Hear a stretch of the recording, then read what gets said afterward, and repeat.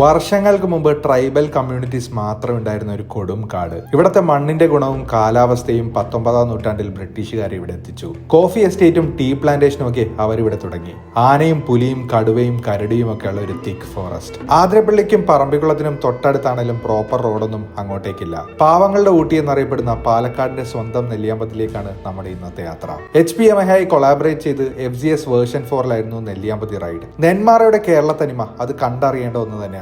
അരുവികളും തെങ്ങിൻ തോപ്പുകളും പച്ചപ്പ് നിറഞ്ഞ പാടങ്ങളും അതിന്റെ പുറകിലുള്ള നെല്ലിയാമ്പതി മലനിരകളും കണ്ണിന് കുളിർമ നൽകുന്ന കാഴ്ചയാണ്. പോണ വഴി പോത്തുണ്ടി ഡാം ഒന്ന് വിസിറ്റ് ചെയ്തു. ചെറിയ ചാറ്റൽ മഴയത്ത് ഇവിടെ നിന്നുള്ള കാഴ്ച ബ്യൂട്ടിഫുൾ ആണ്. മലനിരകൾ കോട ഇറങ്ങുന്ന കണ്ടപ്പോഴേ എനിക്ക് മനസ്സിലായി ഈ റൈഡ് തകർക്കുമെന്ന്. നെല്ലിയാമ്പതിയിലേക്കുള്ള വഴി ഫുൾ ചെറിയ ചെറിയ വാട്ടർഫോൾസ് ആണ്. ജൂലൈ ഓഗസ്റ്റ് മാസങ്ങളിൽ നെല്ലിയാമ്പതിയുടെ ശരിക്കുമുള്ള പച്ചപ്പ് നമുക്ക് മനസ്സിലാകും. യമഹ FZ ഈ റൂട്ടിൽ ഓടിക്കാൻ പ്രത്യേക ഒരു സുഖമായിരുന്നു. പാതഗിരി വ്യൂ പോയിന്റിൽ വണ്ടി നിർത്തി കുറച്ചുനേരം അവിടെ റിലാക്സ് ചെയ്തു. മലകൾക്കിടയിലൂടെ കോട ഇറങ്ങുന്ന കാഴ്ചയും പോത്തുണ്ടി ഡാമിന്റെ കാഴ്ചയും ഇവിടെ നിന്ന് കാണാം. പിന്നെ നേരെ പോയത് സീതാർകുണ്ട് വ്യൂ പോയിന്റിലേക്കാണ്. ടീ പ്ലാന്റേഷന്റെ ഇടയിലൂടെയായിരുന്നു തുടക്കം വഴിയെങ്കിലും പിന്നെ കോഫി എസ്റ്റേറ്റിലൂടെയായിരുന്നു. ഒരു രക്ഷയില്ലാത്ത ലാൻഡ്സ്കേപ്പ് ആണ് നമുക്ക് ഈ റൂട്ടിൽ കിട്ടുന്നത്. സീതാർകുണ്ട് എത്തി ചെറിയൊരു ഹൈക്ക് ചെയ്ത് വ്യൂ പോയിന്റ് എത്താം. ഇവിടെ നിന്ന് കൊല്ലങ്ങോട് ഗ്രാമങ്ങളുടെ കാഴ്ച മനോഹരമാണ്. കോട നിറഞ്ഞ വഴികളിലൂടെ റൈഡ് ചെയ്ത് പിന്നെ നമ്മൾ പോയത് കേശവൻപാറ സൈഡിലേക്കാണ്. കോട കാരണം ഒന്നും കാണാൻ പറ്റിയില്ല. പിന്നീട് അങ്ങോട്ടുള്ള യാത്ര കരടി കൂടുതലായി ഇറങ്ങുന്ന ഉൾവനത്തിലൂടെ കാരപ്പാറ എന്ന ലൊക്കേഷനിലേക്കായിരുന്നു. ഇതാണ് കാരപ്പാറ ഹാങ്ങിങ് ബ്രിഡ്ജ്.